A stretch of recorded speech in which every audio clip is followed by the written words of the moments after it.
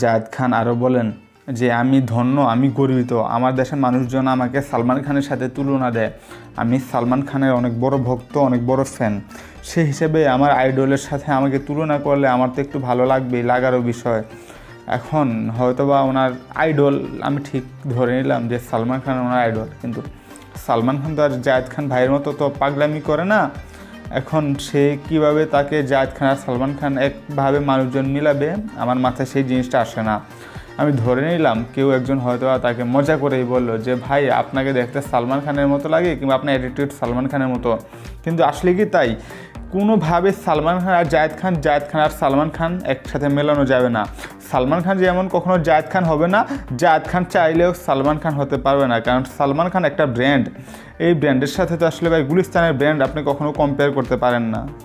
প্রিয় ভিউয়ার্স, ভিডিওটি ভালো লাগলে চ্যানেলটি সাবস্ক্রাইব করে দেবেন, লাইক এবং কমেন্ট করতেও ভুলবেন না।